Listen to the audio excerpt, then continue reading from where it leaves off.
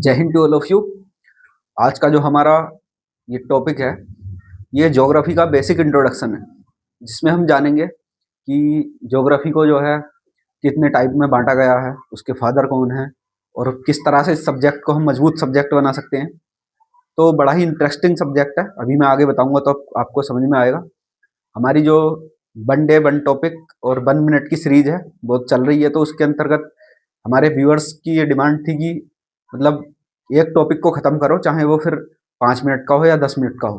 तो हम 5 मिनट में समेटने की कोशिश करेंगे, एक टॉपिक लेंगे और ये हम 6 क्लास की एनसीईआरटी जो है उसके फर्स्ट चैप्टर से शुरू करेंगे और सारी एनसीईआरटी खत्म करेंगे इसी तरह से।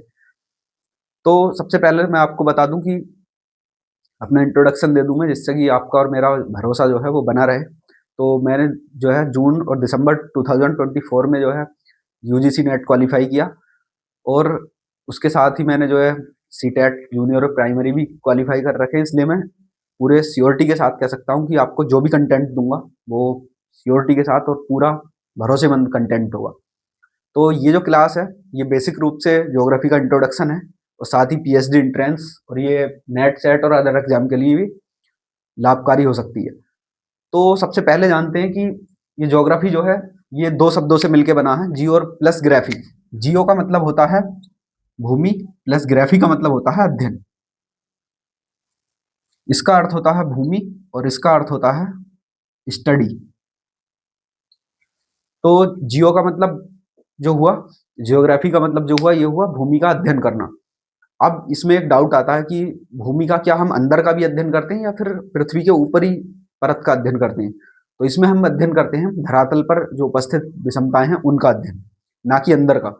ये दो क्वेश्चन है, एक खगोल और भूगोल में क्या अंतर है, ये जो क्वेश्चन है हमारा, ये सबसे बड़ा डाउट रहता है। दूसरा जो डाउट रहता है वो रहता है कि ज्योग्राफी का जो सब्जेक्ट का क्षेत्र है, क्या वो पृथ्वी के अंदर का भी स्टडी करना है। तो वो जियोलॉजी में आता है। कुछ हद तक हम इसमें ज्योग्राफी में कर लेते हैं अध्ययन, जैसे भूकंप के बारे में पढ़ते हैं, ज्वालामुखी के बारे में पढ़ते हैं, तब थोड़ा बहुत अध्ययन करते हैं। जबकि ये इसका सब्जेक्ट जो है वो अलग है, जियोलॉजी। नेक्स्ट उस पर आते हैं हम, फादर ऑफ जियोग्राफी जो है, तो इराटोस्थनीज इसके फादर है ज्योग्राफी के। तो उन्होंने एक बुक लिखी थी जिसका नाम था जियोग्राफिया। तो उसी के कारण ये जो है इसके फादर ऑफ ज्योग्राफी कहलाते हैं। बाकी इसकी और शाखाएं जो है फिर उसके अलग अलग फादर हैं। नेक्स्ट पे उसी पे बात करते हैं हम, भूगोल का विभाजन। तो मेन रूप से हमने इसका विभाजन जो किया है वो मेन रूप से दो भागों में किया है, भौतिक भूगोल और दूसरा है मानव भूगोल। अब भौतिक भूगोल में इसमें भी बहुत कंफ्यूज रहते हैं बच्चे। तो भौतिक भूगोल में जो है वो आते हैं आपका जलवायु विज्ञान, भूआकृति विज्ञान, समुद्र विज्ञान और ये सब जो टॉपिक हैं, और पर्यावरण।